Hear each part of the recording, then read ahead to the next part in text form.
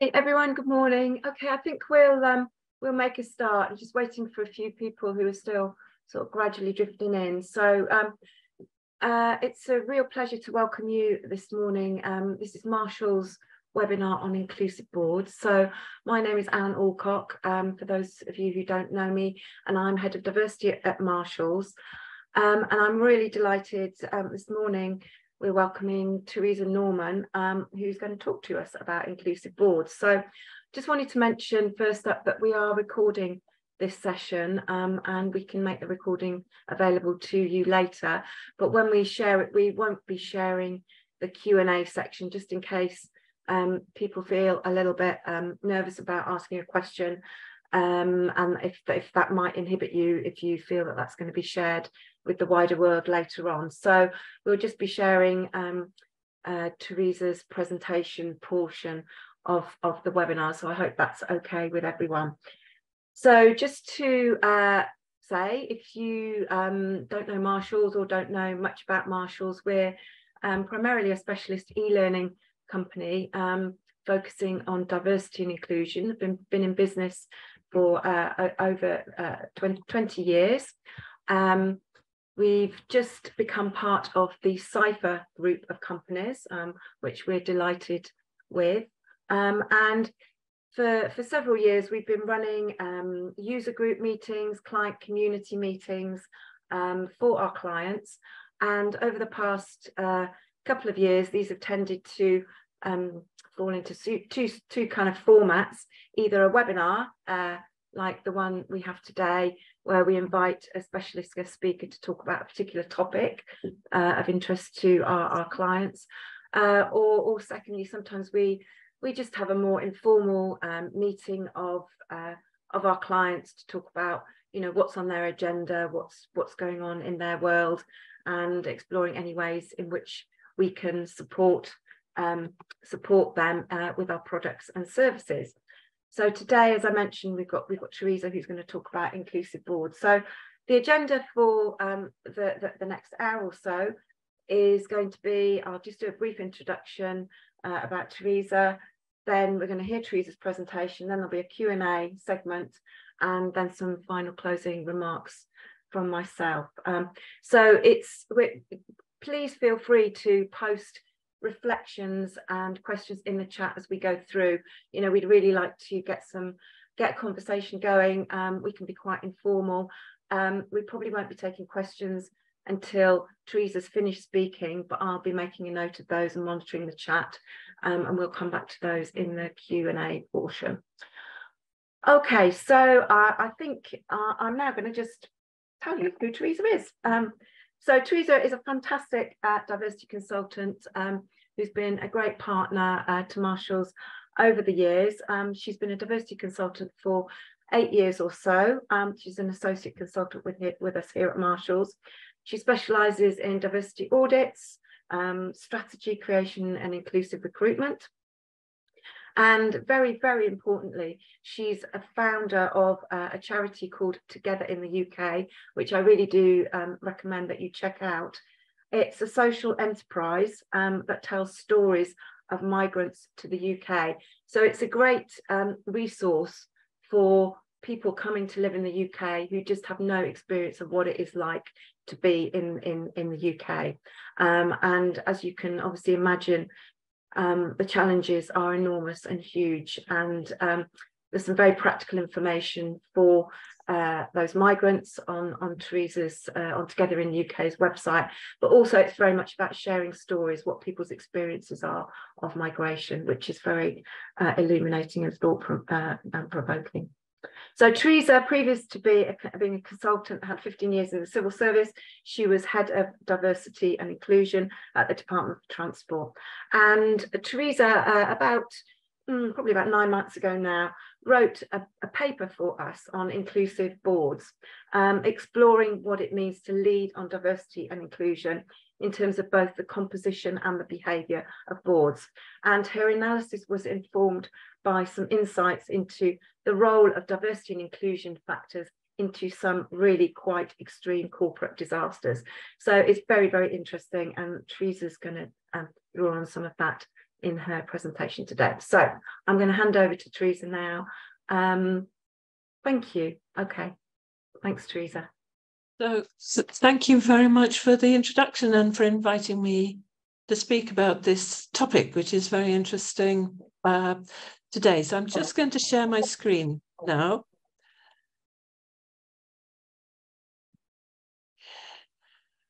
And we're going to go to slideshow. So I hope everybody can now see the screen. Yeah, that's good, Teresa. Yeah. So the paper, and everybody can hear me? Yep. The paper is called Inclusive Board Leadership. And so we're starting with thinking about what's the board there to do. It's to help the organisation. Oh, I'm echoing. I hope I'm not echoing to everybody else, just to me. No, okay. I think it sounds okay, Teresa, to me. Okay, just great. Keep talking, yeah. So the board's there to help the organisation make difficult decisions. There's a wonderful blog by Barack Obama on decision making, and he says that none of the easy decisions come to you if you're the president. If they're easy, they're all done elsewhere. And so the board is there to help the organisation make the difficult decisions. And my conclusion from reading and about these where big decisions have gone really wrong is if it's not driven by inclusion, these decisions could not be of the high quality that they need to be. And really, this can have major consequences, not just for the organisation, but for all of us. So inclusive board leadership is critical. What I'm going to be doing in this presentation is sharing insights from when things have gone wrong. And clearly, there are lots of boards working really well with the chief executives, making great decisions. These tend to get written up for scrutiny by somebody like me.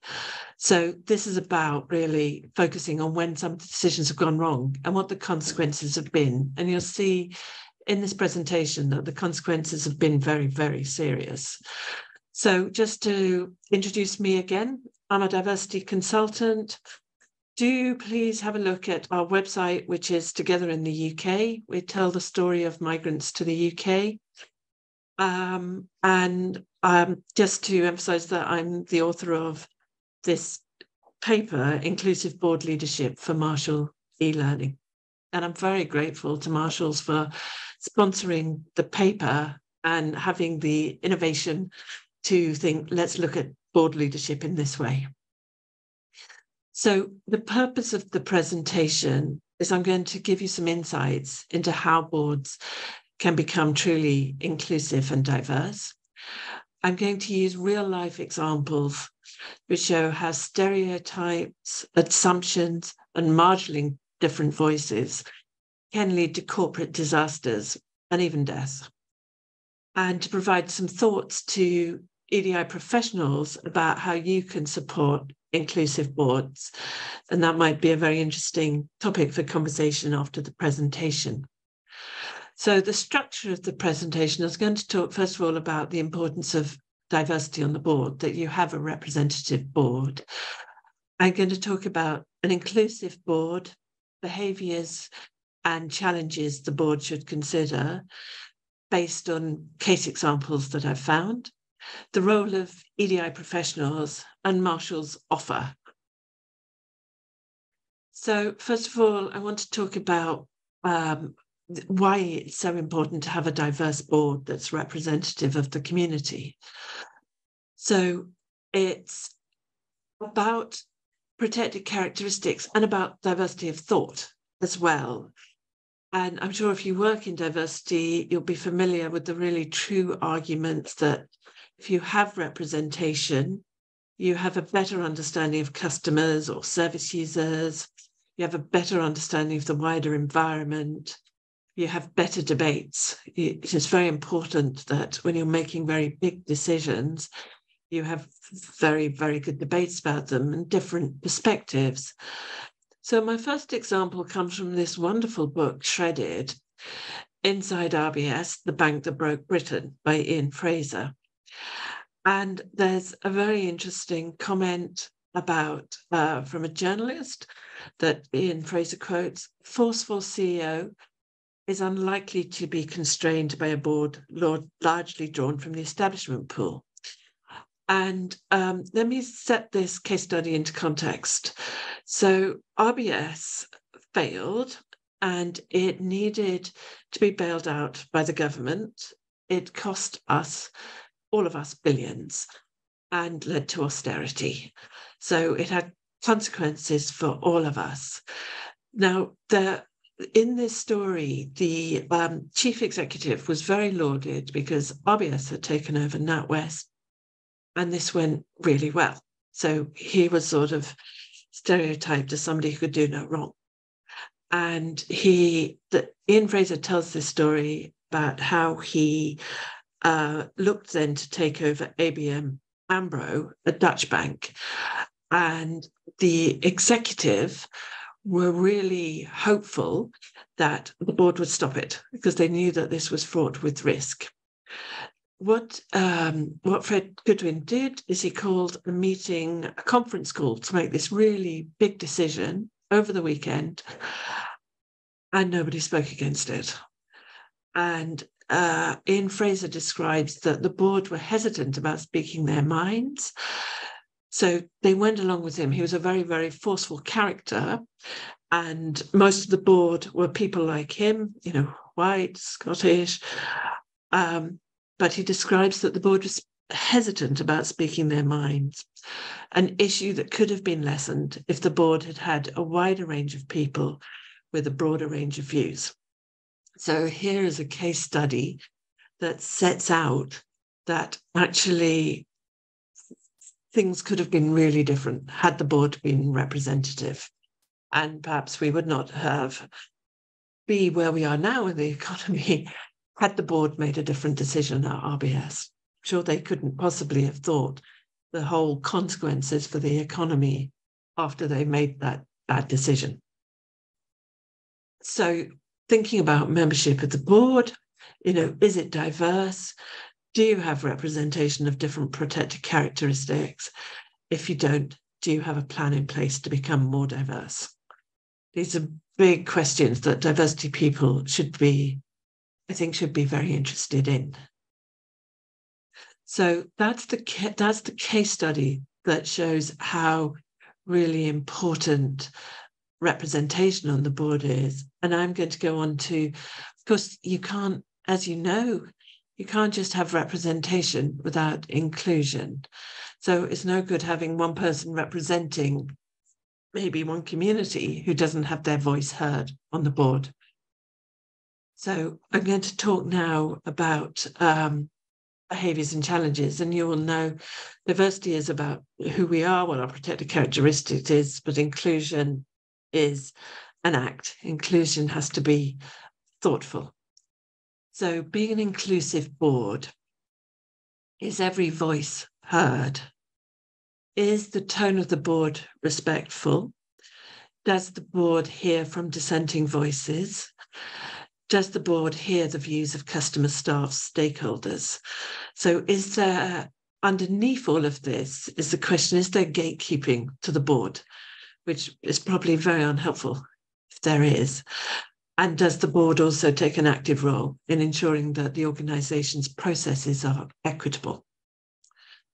So here, let's have a think for a moment about inclusive board behaviours. So there's a few things here. Micro behaviours matter. There's a really interesting book which is full of very interesting things about who we listen to and why, and challenges, called Messengers, 8 Ways to Get Heard, which I really recommend to you. And they describe one thing, that poor behaviour in meetings destroys confidence. So if the board, for instance, is on their phones in a meeting, the people presenting to the board are going to feel less confident, less able to speak. So it's become more usual now for people to be multitasking. And actually, it's really, really unhelpful. So there needs to be some thought about, actually, is the board behaving, demonstrating that it's inclusive? And this will feed through to the organisation. As you know, leadership casts a shadow. Whatever the board does to develop, to become a team, is it inclusive? There's a fascinating video, the smartest guys in the room, about what happened to Enron, which you may remember ended up being the biggest bankruptcy case ever in America. And I was startled to see in the video that part of their corporate bonding was senior executives going on extreme motorbike rides. Well, you can immediately see who that's going to exclude. People with disabilities, all kinds of other people. I mean, it's extraordinary to me to think that extreme motorbike rides are a way of developing a team. So those are some things to think about. So the things that the board should consider is groupthink. Is there groupthink? So groupthink is when everybody thinks the same, and you generally think you think the same because it started with Giannis, who wrote about groupthink, because you think you're quite smart, you're on the board, you're going to be quite good. So everybody is going to think the same way. It's logical to pay attention to what other people say and maybe all come to the same conclusion, but there should be challenges, because it can lead to bad decisions, as we saw with Shredded. And then the other big question is, do the board members understand the papers? Are the papers clear? Because convoluted, difficult to understand papers can lead to bad decisions. And then we've got this really interesting example from Enron, when the finance director set up a convoluted system of parking debt in different companies. It was a black box. So presumably it doesn't say whether the board understood the system, but he had deliberately made it very complicated to cover up fraud. So I would be very interested in a board is, if the papers aren't clear, does somebody have the confidence to say, don't follow this? Because I have personally found that when I've said, actually, this doesn't make sense to me, then other people will follow and say it doesn't. But it really matters that things are very clear and easy to understand. And I'm sure that, if you're a diversity professional, you know that part of it is making the systems really complicated, really, really simple. So it's not just people in the know who benefit. Voices, challenges the board should consider voices. Who is not being heard? Whose voices aren't? So Brooke House was treating detainees, migrant detainees, quite badly. And this came out in a Panorama programme when a journalist got themselves in and then exposed how they were treated. And there was an inquiry about it. And one of the really fascinating things that I saw in the inquiry is that the Gatwick Detainee Welfare Group were told that their job was to visit only. They were not to raise complaints from detainees with the organisation. They're the people the detainees will trust. They are the visitors who go in to speak to detainees once a month. They may be the only people outside who the detainees see. And the organisation deliberately cut off their voice and said, we do not want to hear from you.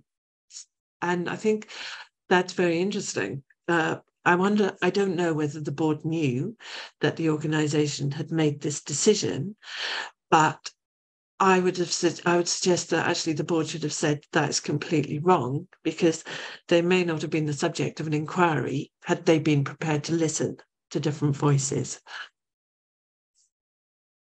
Are there fixed beliefs? A fixed belief is something you consider to be the absolute truth. but it's not necessarily an objective truth. So some of you may have been following the great post office scandal. This is actually a terrible story of what happened to the sub-postmasters. You may have seen it. I've been following the podcast on the radio, and for those of you who don't know, sub-postmasters were their accounts didn't look like they added up, and that many of them were prosecuted for fraud. They were losing everything. Some went to prison, and this is because there was a cover-up or the board were not able to hear that the computing system was wrong. And they felt that people commit fraud, but the computing system cannot go wrong. The computing system must be right. There was an absolute fixed belief in the people managing the post office that the computing system cannot be wrong. And because it seems that by powerful and influential people on the board, the right questions weren't being asked. They were seeing that it was incredible how many sub-postmasters were accused of fraud, and they actually got a fraud consultancy in who said, this is not happening. The fraud is not happening. We see no evidence of fraud. We see nobody's going on nice holidays. Nobody's got a nice car. There's no evidence. This is not happening. And they were dismissed, the consultancy who was challenging this view, because there was an absolute fixed belief that the computing system cannot be wrong. It's a very gripping story and very tragic if you are interested in finding out more about it. So, another question that board should ask is, are people raising legitimate concerns being stereotyped? So it's often when somebody gives us some information, we are given a description of the person. It's not always terribly helpful. I remember once being a consultant at Surrey County Council. Whenever I was going to a meeting, somebody said, they're good. I was thinking, I'll just see what the information is. But we do all have a habit of giving an impression of somebody rather than their information. And sometimes this is totally disastrous. So I went to a play about the Grenville Inquiry, and a resident had sent an email raising the concern that there was a fire risk at Grenville. This was shaped. What somebody who forwarded the email on described the person raising the issue as a well-known troublemaker. He may or may not have been, but we know now tragically that his information was right. But if you're going to describe somebody as a well-known troublemaker, who's going to listen to you? So you're saying this information is not worth paying attention to. He's a well-known troublemaker. Very, very troubling, actually, to see that description. There's also a fascinating story of Tyrannus. You may know Tyrannus was a company set up by Elizabeth Holmes because she had this idea that you could take a pinprick of blood and you could make masses of diagnosis. And she had a very, very eminent board, Kissinger, George Shultz, people who'd been secretaries of state on the board. And it was a fraud. It didn't work. And people, in the States, some people had very costly operations that they didn't need because of this fraud, and other people spent a lot of money on this, believing it would work. It's a really fascinating book, Bad Blood. The interesting case of stereotyping here is George Shultz's grandson. He was young. He had a master's in biology. He knew that this wouldn't work. So he went to George Shultz on the board and said, this is fraud, this is not going to work. And George Shultz responded to his grandson saying, they're telling me you're stupid. So Elizabeth Holmes was trying to get ahead of what this young man knew by telling his grandfather that he was stupid. They're telling me you're stupid. He said, I don't believe that, but I do believe you're wrong. So George Shultz could have changed things if he'd been prepared to listen and stop lots of people having expensive operations they didn't need, lots of people losing money to this fraud, but stereotyping prevented him being listened to. Challenges the board should make priorities. So I think the board should think about, are short-term priorities risking customer or staff safety and well-being or inclusion? So this is the Herald of Free Enterprise in 1987, which its doors were left open on the ferry and people drowned as a result. It was a huge, huge tragedy in 1987. And in the courts, there's interesting things about voices not being heard. So in the report of this disaster, it says the court heard 4 specific instances when the voices from the masters fell on deaf ears ashore. They were saying that there was too many cars, too many people going on the ferries. It wasn't safe. This would affect their profit. So the board were prioritising profit over safety, and the legitimate complaints of the masters were not well received by Mr. Young. So Mr. Young clearly was prioritising profit, and he didn't want to hear information that would prevent his profit, which of course must have ended up the disaster impacting his profit hugely. And finally, are there gatekeepers to the board, and is the board given uncomfortable information, which it should be? So this is an inquiry into what happened at Save the Children from the Charity Commission on the left. It says the board notes with concern that there were second complaints about the CEO, and the full trustee board was not informed about them. This was mismanagement. The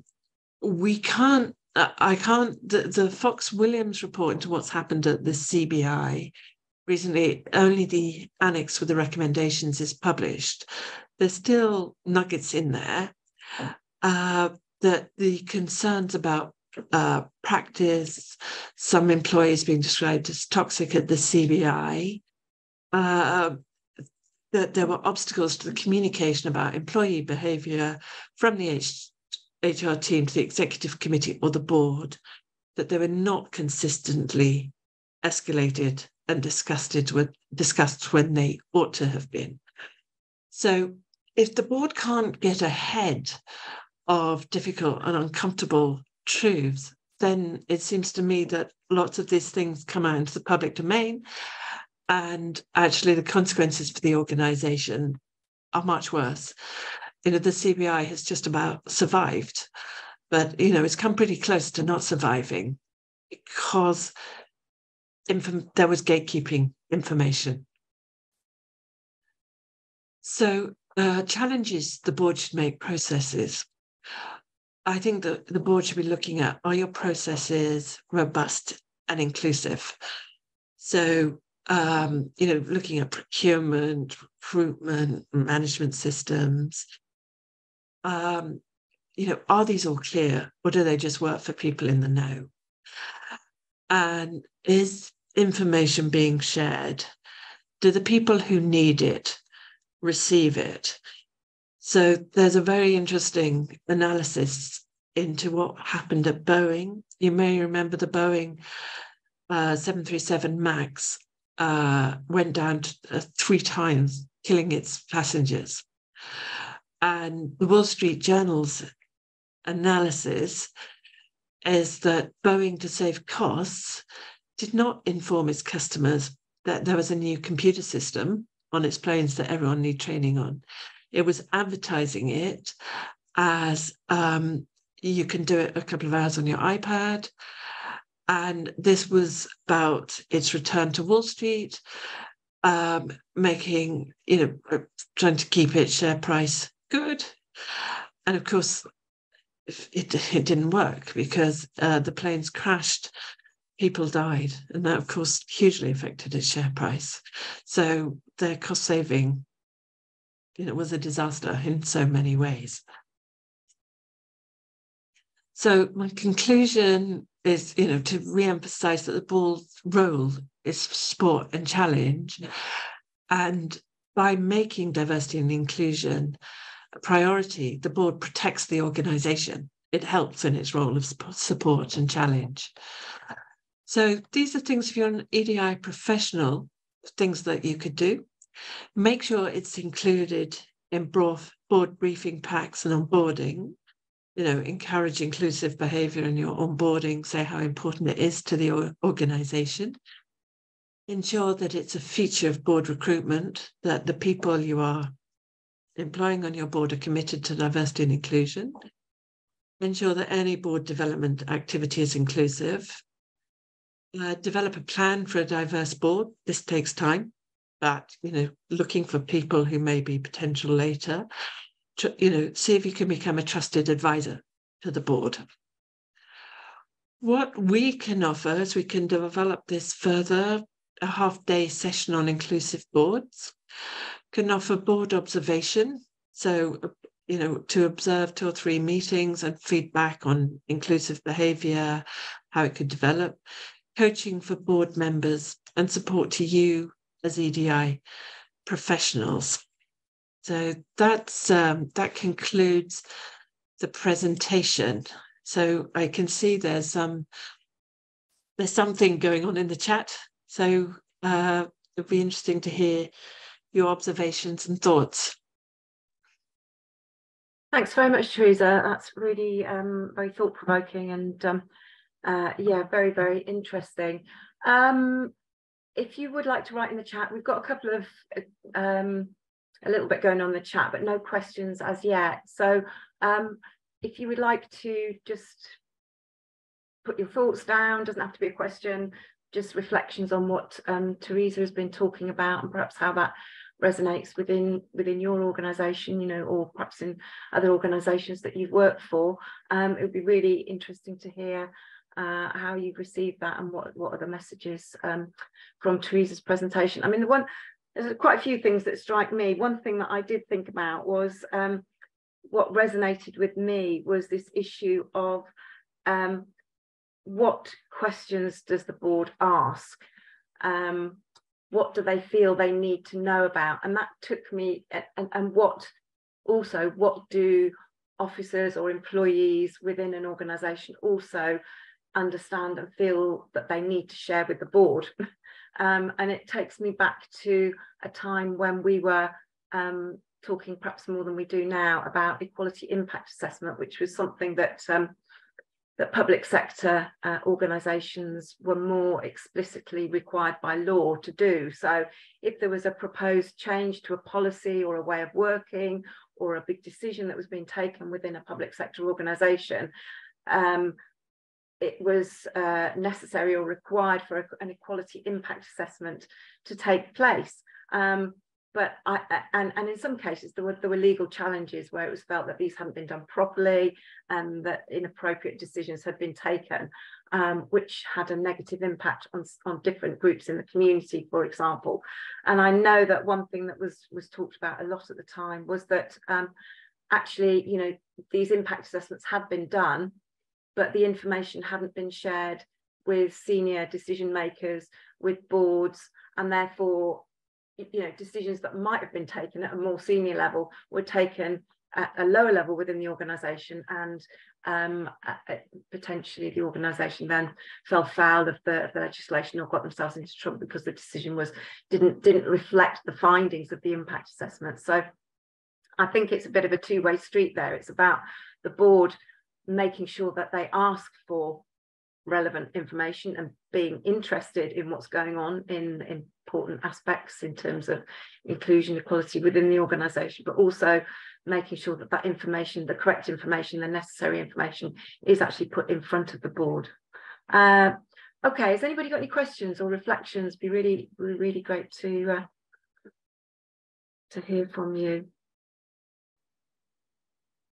I think the other thing that strikes me is it's very much what you've talked about, Teresa, is about diversity of thought. You know, no, we're not just talking about the protected characteristics that we normally think around in terms of the equality or diversity piece.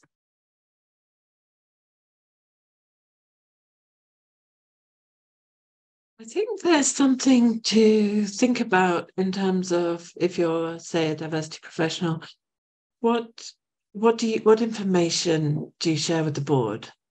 So you're probably, you may be well sharing the diversity characteristics of your staff, what people say on the engagement survey, but are you also sharing complaints,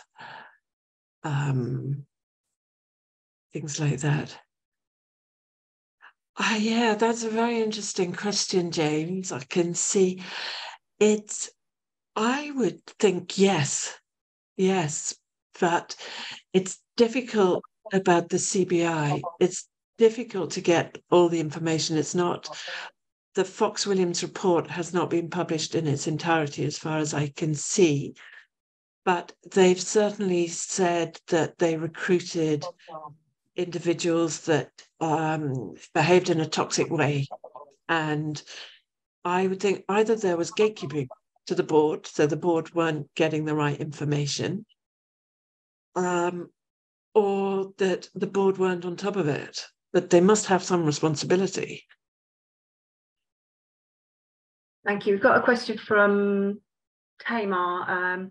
Do you feel that we're moving towards greater inclusivity in boardrooms, or has the situation remained static? I think in some ways we are moving. I think there's somebody might remind me of the report, McGraw-Hill, the getting women on boards has been very successful. They're now trying to get representation of ethnic minorities on boards in the city. So we are doing better than we were. And I'm not sure if there's been enough kind of realization about the inclusive aspects. So it's a real step forward that we're getting more representation. But are boards challenging themselves, for instance, like, are we hearing dissenting voices? Are there people in the system who we are not hearing, like the Gatwick detainees? So I think there's work to do on actually, is the board thinking enough about what inclusion really means? And some of it is not comfortable, but it's better for the board not to be comfortable and address it than it to end up the subject. I mean, I'm sure no board wants to be a subject of a public inquiry.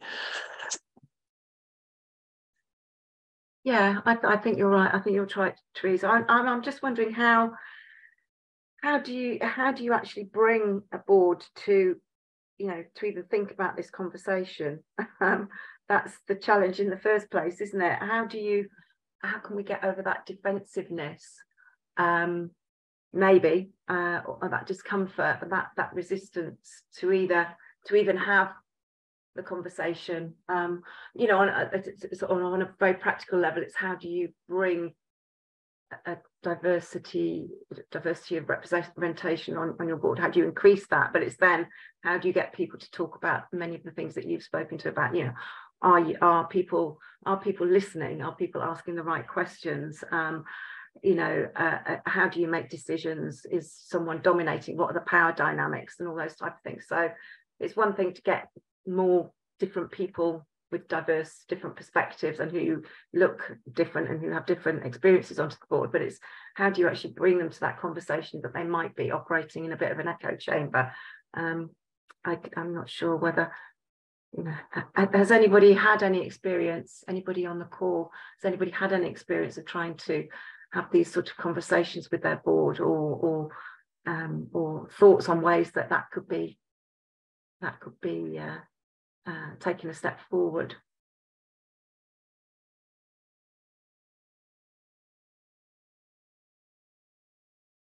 I think one can also shape it is thinking about safe spaces. So I don't know how they did it, but there's an incredible statement from the chair of Médecins Sans Frontières saying he hadn't realised that Médecins Sans Frontières, you know, out there in the front line, could be discriminating against particular staff. And it had been because the frontline staff are treated so differently from the office staff, and how the board wanted to create safe spaces for staff to raise issues so that they could really hear.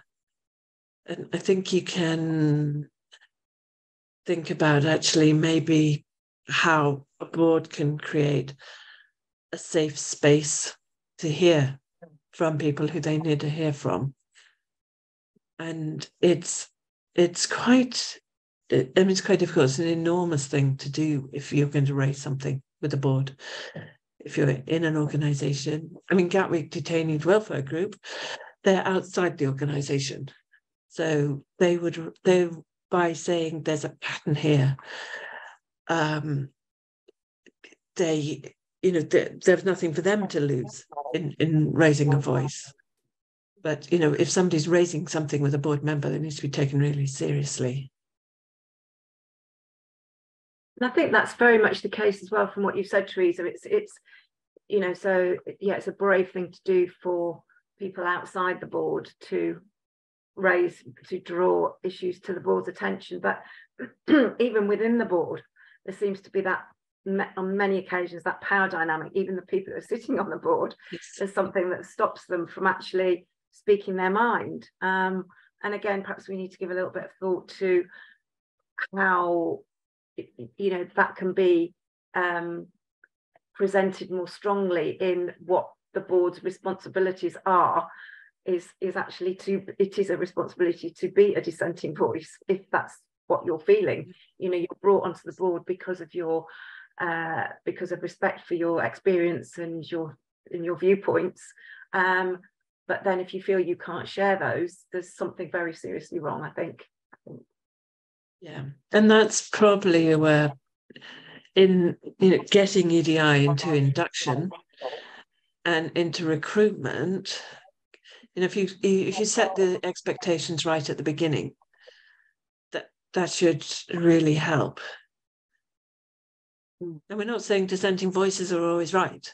It's just that they will make better decisions if they're heard. Yeah, we've had a comment from Paul. I've had conversations within my team, and the biggest challenge is creating space where they feel okay with being uncomfortable. This generates fear and dismissive behaviour in the extreme. Yeah.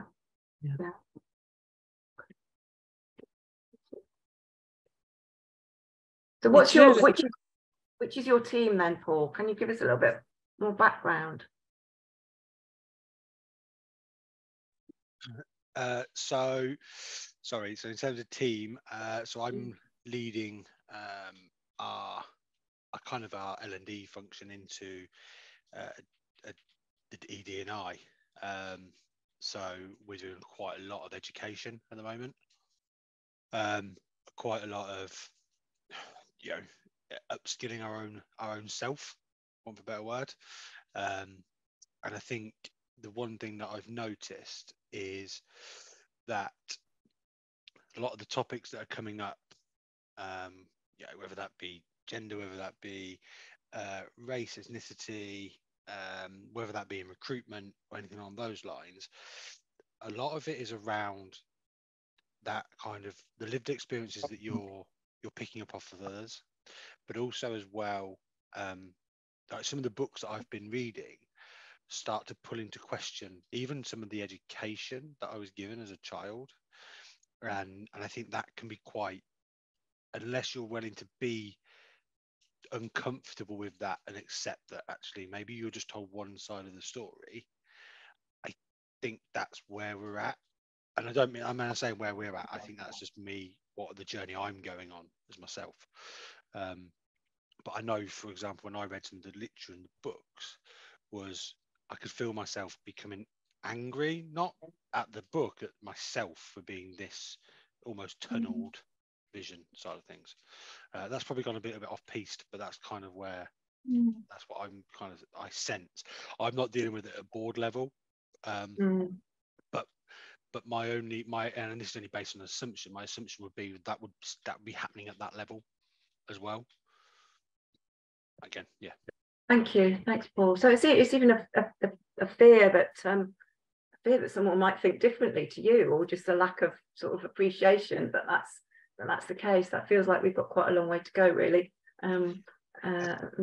Yeah. Sorry, I think sometimes, well, it makes you question even maybe some even your own values or beliefs, even some of the real deep-seated things inside you in terms of your upbringing. Yeah, and I think that can be, it's hard. You never want anybody else to challenge those. So I think the moment you start challenging them yourselves, it creates that massive level of uncertainty. Yeah, I think that's a really good point.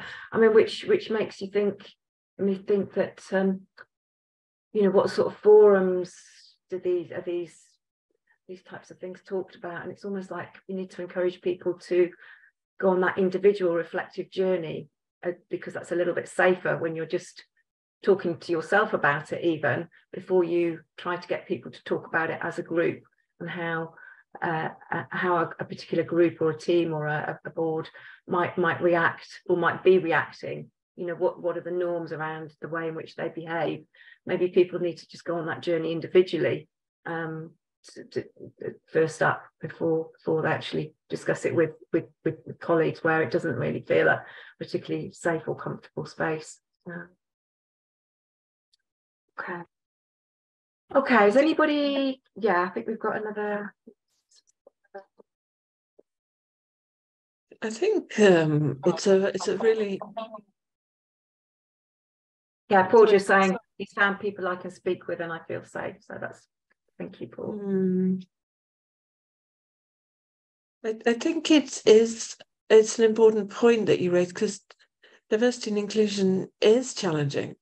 It is much easier to just agree with everybody and go along the same path and not hear the different voices. It makes for much worse decisions, and we've seen in the presentation some really terrible decisions. But looking at all of these case studies makes me think how important the work it is that we do to say, listen, hear. And this is not easy. It's not easy at all, because and it takes more time, takes more reflection, but it's worth it. Teresa, okay, has anybody got any last final comments or questions, reflections? I might just, can I just ask one? Yeah. Which case study could people just say which case study they found quite powerful, they might want to know more about? Just out of interest. Anybody going to?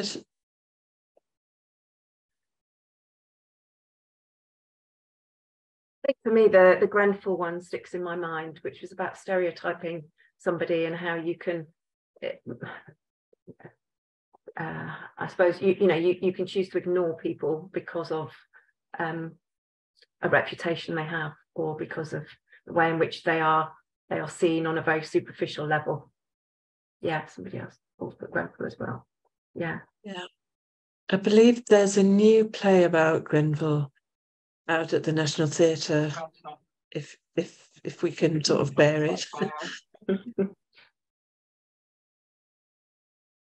Okay, I think I'm going to just finish up there. I'd like to say thank you very, very much to Teresa for sharing those examples and putting them in a context for us. I think, yeah, some really interesting. I'm certainly going to go and read a couple of those books, I think, to find out more.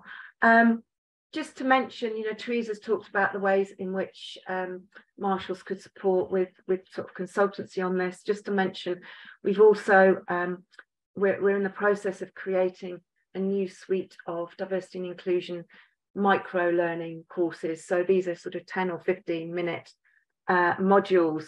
And this time around, whereas previously our first suite of D&I micro learning were sort of topic based. So we had one on neurodiversity, we had one on menopause, we had one on age. This suite is aimed, each module is aimed at a different group of employees. So we have one on inclusive recruitment for hiring managers. We have one on for line managers on being an inclusive manager every day. And we're also writing something on leading diversity and inclusion. So that would be for boards and senior teams. So we haven't quite finished it yet. It'll be ready in the next month or so. But please do take a look out for that if you're interested. And I'm sure we're going to be incorporating some examples that Teresa's raised with us today into that module. So do get in touch if you'd like more information about that, or would like to speak to us about any other opportunities and ways in which we can help. So, okay, I'd like to thank everybody for coming along today, finding the time. And again, thank you very much, Teresa. And yeah, been very thought-provoking. Okay, thanks, everyone. Thank you. Okay, bye for now. Thank you. Bye-bye. Thank you. Bye-bye. Bye-bye.